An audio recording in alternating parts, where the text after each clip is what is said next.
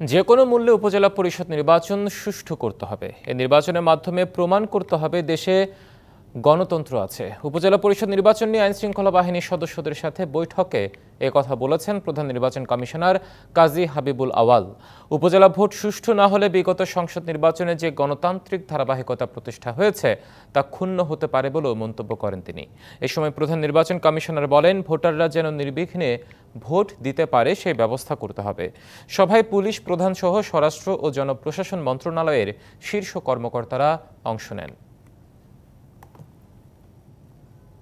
যে কোনো নির্বাচনটা নির্বাচন, এই জিনিসটা আমাদের বুঝতে হবে। যদি এক্ষেত্রে আমরা ব্যর্থ হই তাহলে আমাদের যে গণতন্ত্রের যে অগ্রযাত্রা সেটাও ক্ষুণ্ণ হয়ে যেতে পারে। যে আমরা আশা করব আগামীতে আমাদের প্রত্যেকটা নির্বাচন সুন্দর সুষ্ঠু হবে। 1, 2, 3 ঢাকায় জমি জিতে নিন 100% ক্যাশব্যাক সহ 20 কোটি টাকার পুরস্কার।